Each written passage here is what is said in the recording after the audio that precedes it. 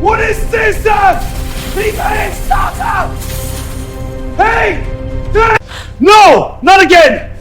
Please, I can explain. Explain this! The door took barely a second to swing open, but in that second, the world Park Ji-hwan had built out of iron and silence fractured. He didn't enter the penthouse so much as he haunted it. His presence a dark, sharp-suited monolith that seemed to pull the very light from the grand chandelier above. He had barely released the gold handle before the air grew heavy and static, the kind of suffocating pressure that preceded a terminal storm. Ji-hwan stood in the doorway, his black tailored suit a sharp contrast to the warm, amber glow of the living room. His eyes, usually as cold and impenetrable as flint, now burned with a terrifying, quiet power that silenced the soft hum of the city skyline visible through the floor-to-ceiling windows. He didn't need to bark an order. His silence was a death sentence, a weight that suggested he owned the very ground beneath the building. Before him, the tableau of betrayal was set in champagne and satin. Park Yirin sat near the couch, her champagne-colored evening dress shimmering cruelly under the light. She looked like a ghost in her own home, her face pale and her wide eyes filled with a raw, desperate vulnerability. Beside her stood Kim Tae-wook, shirtless and tense, a defensive statue of muscle who knew he was standing in the path of a predator. Ji-hwan's fists clenched, his large, scarred hands trembling with the effort of holding back a decades-deep rage. He smelled the curdled scent of expensive wine and the faint, floral perfume of a woman who had become a stranger to him. For a heartbeat, the man of stone felt a structural failure in his own chest, a breach in the fortress he had spent 20 years building to ensure no one could ever take anything from him again. The bodyguards behind him remained motionless, silent enforcers waiting for the ritual of blood that usually followed such a transgression. But Ji-hwan didn't reach for his holster. Instead, he searched Yirin's face, looking for the malice he expected, but finding only a mountain-sized hole of loneliness that mirrored his own. The air remained poised and professional, yet underneath the surface, the tectonic plates of his empire were already grinding toward a collapse. In this hollow, expectant circle, the feared Mafia boss realized that his magnificent life was nothing more than a lonely cage. Yirin stood amidst the wreckage of her life, the champagne-colored satin of her dress feeling less like elegance and more like a burial shroud. As Ji-hwan's shadow stretched across the polished floor, she didn't just see the man who had caught her. She saw the years of concrete and blood that had paved the way to this moment. Her betrayal hadn't started with a touch or a secret meeting. It had begun years ago, in the silence of a home that had been turned into a fortress. For a decade, she had lived as the wife of a monolith, a man who believed that love was something to be protected by walls rather than nurtured by warmth. Ji-hwan had built a monument to his own numbness, providing her with every luxury while starving her of his soul. She was the queen of a magnificent, lonely cage, a ghost in a penthouse who moved through rooms that smelled of cold iron and expensive regrets. Every time he returned home with blood on his cuffs or a new secret in his eyes, he added another layer of concrete to the mountain-sized hole in their marriage. She had sought out Tae-wook not out of malice, but out of a desperate, clawing need to feel something other than the static air of Ji-hwan's authority. She had wanted to find a pulse in a world that had become a statue. Tae-wook offered a stark departure from the shadows. He was a man who didn't carry the weight of an empire on his shoulders or a death sentence in his silence. With him, she wasn't an extension of the Mafia's prestige. She was simply a woman who didn't want to be invisible anymore. Now, looking into Ji-hwan's bloodshot eyes, she saw the structural failure of their entire existence. The mask of the perfect Mafia wife had finally cracked, revealing the raw, desperate vulnerability underneath. She realized that in his quest to ensure no one could ever take anything from him, he had ensured that he had nothing left to lose. As the first tear fell from his eyes, Yirin didn't see a monster to be feared. She saw a man who was finally, agonizingly, waking up to the ruin he had built in the name of power. The leather of his holster creaked, a sharp, clinical sound that sliced through the static of the room. Ji-hwan's hand moved with the practiced, lethal fluidity of a machine, his fingers closing around the cold grip of the weapon that had secured his empire. As the barrel rose, the bodyguards in the background shifted instinctively, their faces remaining emotionless masks of tactical readiness. They were waiting for the inevitable, the ritualistic cleansing of a stain on the park name. Taewook flinched, his jaw tightening as he stepped slightly in front of Yirin, a futile but brave gesture of flesh against iron. But Ji-hwan didn't see the rival. His focus was a laser, burning through the air until it landed on Yirin. The gun was heavy, a physical manifestation of the monster he had spent 20 years perfecting. Yet as he sighted down the barrel, his finger froze against the trigger. He looked into her eyes, not the eyes of a traitor, but the eyes of a mirror. In their wide, shimmering depths, he didn't see a reflection of his power or his terrifying prestige. He saw the man behind the monster, a boy who had once loved the cello and the quiet hum of a life without shadows. He saw the agonizing light of a man who had become a monolith of secrets, only to realize that the person he was protecting the world from was himself. The silence in the penthouse became a vacuum, sucking the oxygen out of his lungs. Yirin didn't look away. Her gaze was a raw, desperate vulnerability that stripped him of his suit, his title, and his scars. She wasn't pleading for her life. She was mourning the man he used to be, the structural failure in Ji-hwan's heart, the one that had begun the moment the door swung open, finally gave way. His arm trembled. The weapon, usually an extension of his will, now felt like an anchor of lead. To pull the trigger would be to execute the last remaining piece of his own humanity. As the silent enforcers watched in stunned horror, the iron mask of the Dragon of Soul didn't just crack, it shattered. Ji-hwan's hand lowered slowly, the gun clicking against the marble floor like a discarded relic. Then, as he looked at the woman who had sought warmth in the dark he had created, the first tear fell, tracing a path through the dust and the blood of his legacy. For the first time in his life, the monster was silent, and the man was screaming. The silence that followed the clatter of the gun was more violent than any gunshot could have been. It was a vacuum that sucked the authority right out of the room, leaving a hollow space where a king had once stood. Behind Park Ji-hwan, the two bodyguards, men who had been carved out of the same cold stone as their boss, exchanged a look that lasted less than a heartbeat, yet contained the death of an era. To them, the sight of Ji-hwan's trembling hand wasn't an act of mercy. It was a structural failure. They stood in their black tactical gear, statues of disciplined violence, watching as the tears tracked through the expensive dust of the penthouse. In the world they inhabited, emotion was a debt that could never be repaid. A boss who wept was a boss who had declared a moral bankruptcy, admitting that his heart was now a liability to the bottom line of the empire. They didn't see a man reclaiming his soul. They saw a fortress with a breach in its primary gate. The air in the room, once heavy with the singular will of Ji-hwan, began to splinter. The loyalty that had been a monolith moments ago was now a series of rapid, silent calculations. If the Dragon of Soul could not execute a common interloper, how could he order the elimination of a rival syndicate?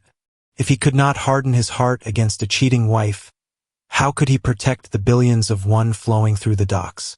One of the guards, a man whose face was a map of scars earned in Ji-hwan's name, tightened his grip on his submachine gun.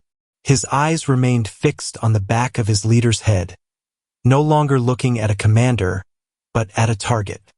He could feel the static of ambition rising in his own chest, a vacancy left by a man who had chosen to be human at the exact moment he needed to be a monster. Ji-hwan, still lost in the agonizing light of Yirin's gaze, seemed unaware that the barrels behind him were beginning to tilt.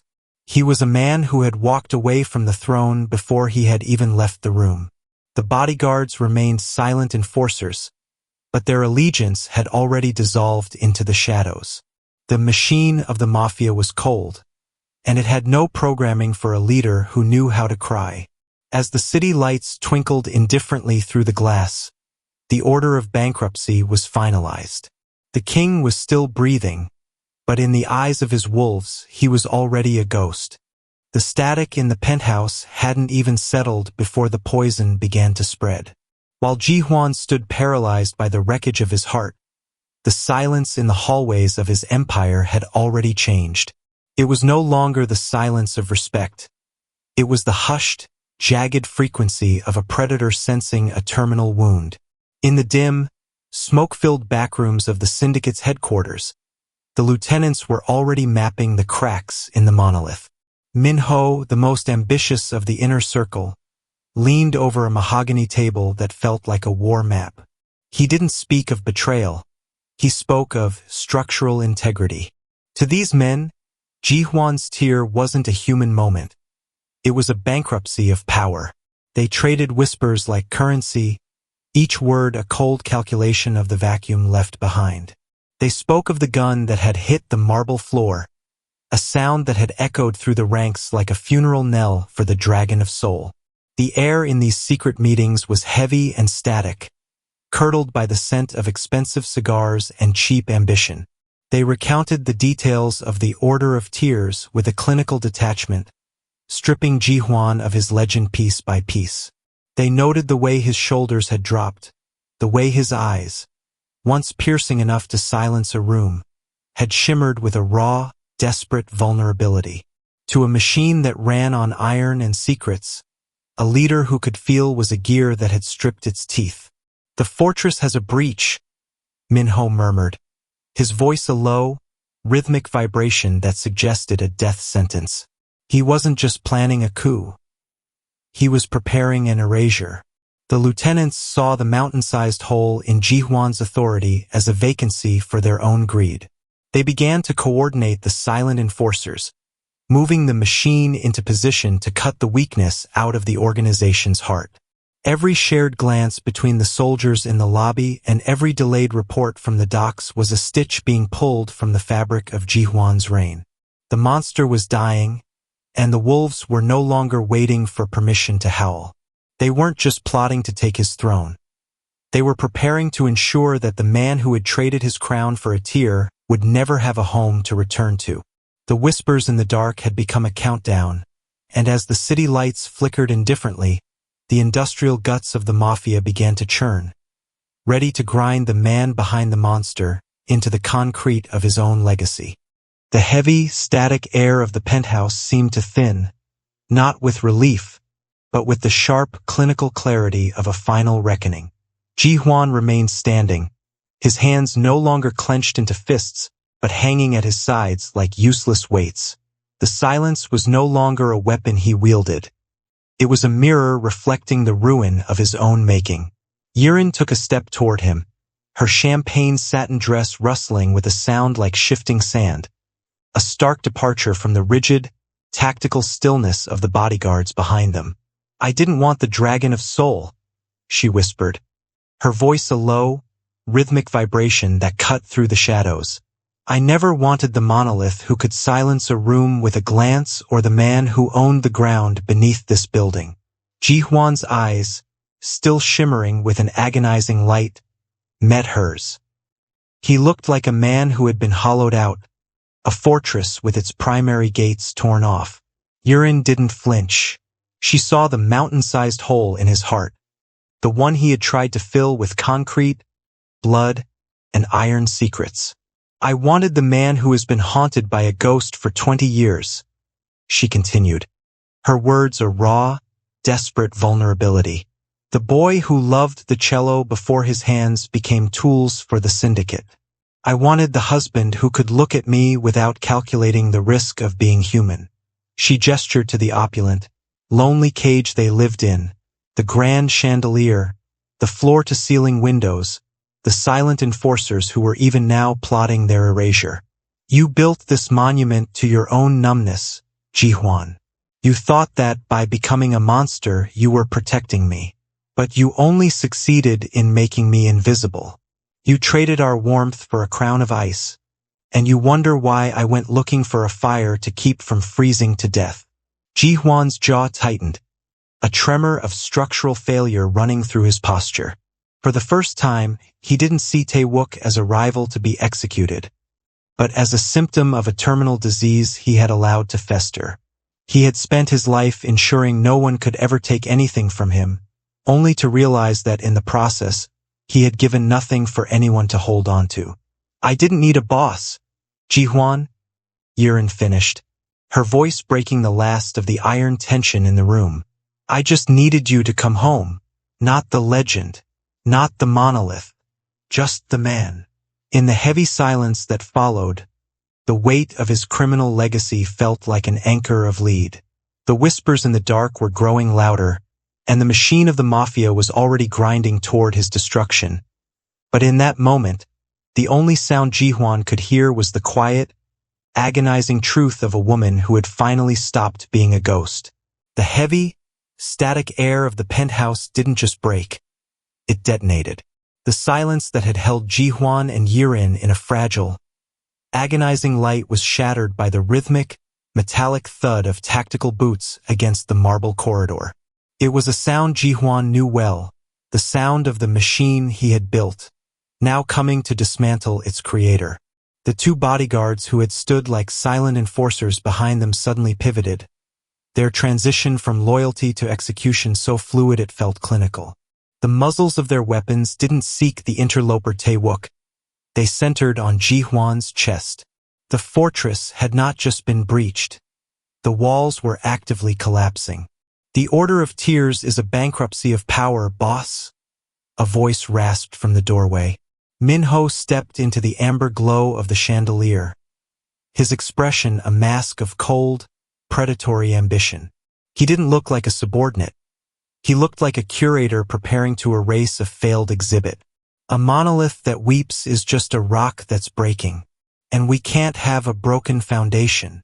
The primary conflict of the evening, the betrayal of a wife, was instantly swallowed by the kinetic reality of a coup.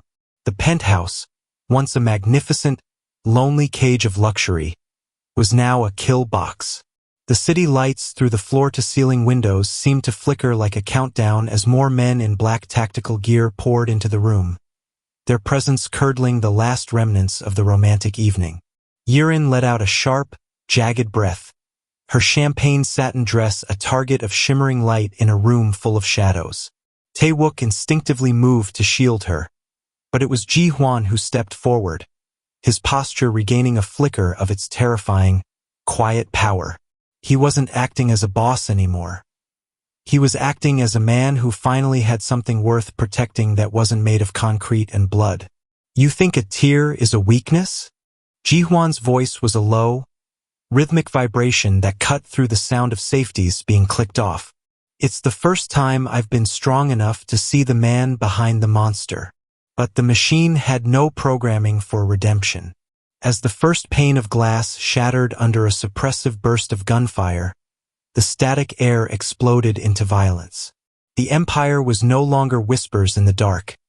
It was a physical force arriving to cut the weakness out. In the chaos of lead and broken crystal, Ji-hwan realized that to save the woman he loved, he would have to lead them through the very industrial guts of the city he had spent 20 years trying to own. The war for his soul had officially become a war for survival. The air in the penthouse, once static and heavy with unspoken grief, was now alive with the jagged scream of sirens and the rhythmic percussion of gunfire. Glass from the floor-to-ceiling windows rained down like diamonds of ice, shattering the illusion of Ji-hwan's invincibility. In the chaos, the monolith didn't move toward his throne. He moved toward Yirin. His large, scarred hands, which had once been tools of iron-fisted control, now gripped her arm with a raw, desperate protectiveness. "Move," he commanded, his voice a low vibration that cut through the thunder of the assault. He didn't look at the bodyguards he had trained. He looked toward the shadows. To the organization, this penthouse was a trophy of status, but to Ji-hwan, the man who had overseen its construction with a paranoid eye, it was a map of survival.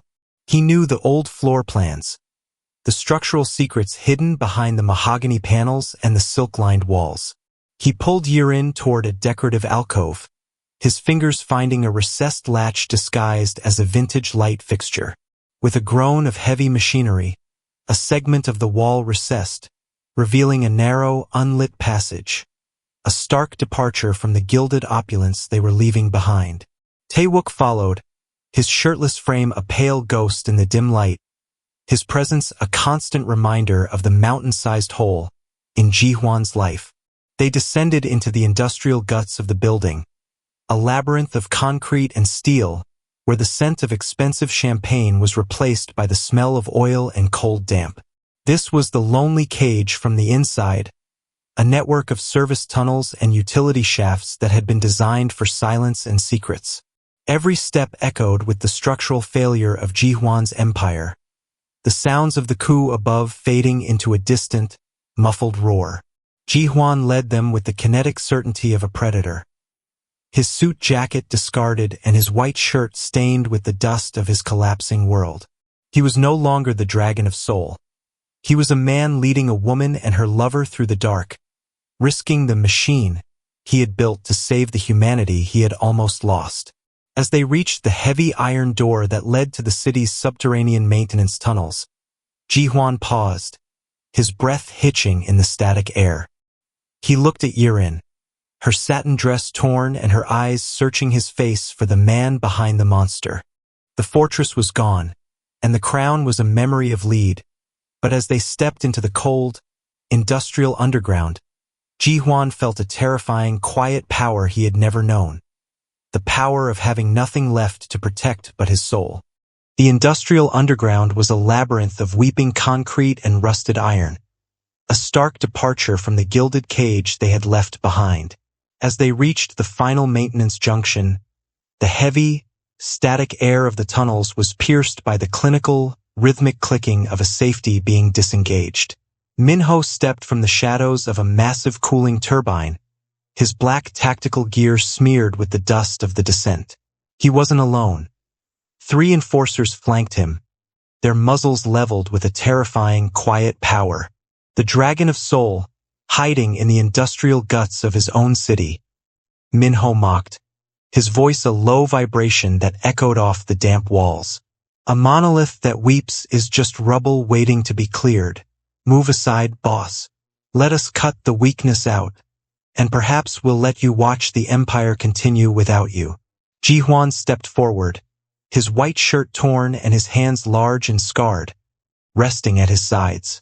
Behind him, Yirin's breath hitched, her champagne satin dress a shimmering ghost in the dim, amber light of the emergency lamps. Taewook stood rigid, a statue of muscle and terror. The primary conflict of Ji-hwan's life, the monster he had built versus the man he had buried, reached its terminal point. With a kinetic explosion of movement, Ji-hwan disarmed the nearest enforcer, his hands moving with the practiced, lethal fluidity of a machine. Within seconds, he had Minho pinned against the cold concrete, the barrel of a captured handgun pressed hard against the lieutenant's temple. The silence that followed was heavy and static, a vacuum waiting for the familiar sound of an execution. "Do it!" Minho hissed, his eyes burning with predatory ambition. "Show them the monster is still here. Prove you're still the iron-fisted boss we feared." Ji-hwan looked into Minho's eyes, and then he looked back at Yirin. He saw the raw, desperate vulnerability in her gaze, the same gaze that had shattered his stone facade in the penthouse. He realized that pulling the trigger would be a structural failure of his soul. It would be the final victory for the machine. "The monster is dead," Ji-hwan whispered, his voice steady and lower than the pounding of his heart. He didn't fire. Instead, he dropped the magazine from the weapon and tossed the empty iron frame into the dark. It was a declaration of war against his old world, a choice of mercy that was more powerful than any bullet. By refusing to kill, he officially declared bankruptcy on his criminal legacy. "I am a man," Ji-hwan said, the first tear of a new life shimmering in the dark. and a man protects his home without becoming a ghost. Stunned by the unexpected mercy, the enforcers hesitated. In that heartbeat of structural failure in the syndicate's ranks, Ji-hwan turned his back on the monster, taking Yiren's hand to lead her toward the light of a world that no longer required him to be a monolith. The city above was a distant, muffled roar, a world of concrete and blood that no longer claimed Park Ji-hwan as its own. As they emerged from the industrial guts of the underground into a quiet, rain-slicked alleyway, the heavy, static air of the syndicate finally dissipated. There were no flashing sirens here, no silent enforcers, and no grand chandeliers to highlight a life of manufactured numbness. There was only the smell of damp earth and the rhythmic, soft sound of the city breathing. Ji-hwan stopped, his chest heaving as the last of the iron tension left his body. He looked down at his hands, large, scarred, and empty of the weapons that had defined him for 20 years. For the first time, the weight of the monolith was gone, replaced by a lightness that felt terrifying and new. He was no longer the dragon of soul. He was a man standing in the shadows of the empire he had helped build, yet he felt more visible than he ever had in the light of the penthouse. Yiren turned to him, her champagne satin dress ruined and her face streaked with the dust of their escape. She didn't look at him with the terror of a subject or the raw, desperate vulnerability of a victim. She looked at him with the quiet, shimmering recognition of a woman who had finally found what she was searching for. She reached out, her fingers brushing the cheek where the first tear had fallen, confirming that the man behind the monster hadn't just survived the night, he had been reborn. "You're shaking," she whispered, her voice a low, melodic hum that filled the mountain-sized hole in his heart. "I'm feeling," Ji-hwan replied, his voice a stark departure from the cold authority of the boss. "It's been so long, I forgot the difference." Beside them, Tae-wook remained a silent witness to the transformation, a living testament to the mercy that had officially killed the monster. Ji-hwan gave him a short, rhythmic nod, not a command, but a gesture of professional discretion and a final release of the past. The rivalry had died in the tunnels, buried under the rubble of a fallen legacy. Ji-hwan took Yiren's hand, his grip steady and warm.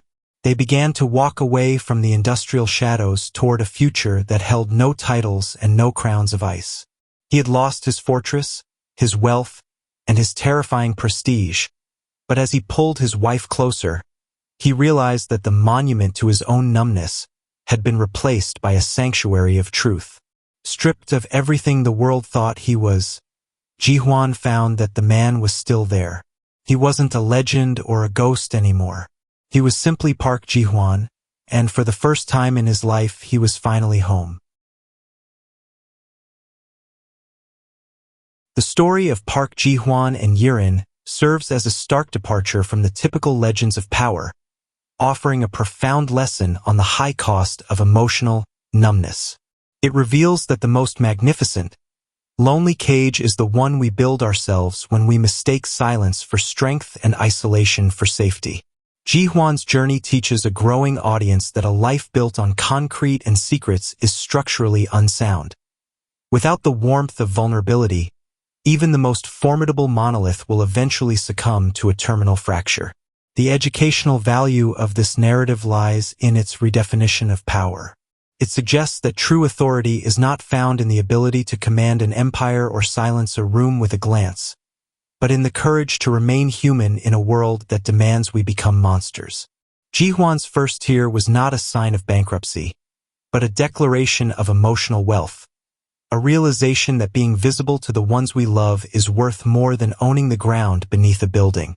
For those navigating their own industrial undergrounds of modern life, the story highlights the danger of becoming a ghost in one's own home. It reminds us that every secret kept and every emotion suppressed is a layer of dust on the soul, leading to a mountain-sized hole that no amount of status or wealth can fill. The final outcome, a sanctuary of shadows over a palace of iron, proves that the greatest victory is not defeating a rival, but killing the monster within to let the man finally come home. In the end, the narrative leaves us with a singular, quiet truth. The only legacy that doesn't eventually turn to rubble is the one built on the terrifying, quiet power of mercy and the simple, raw necessity of being known.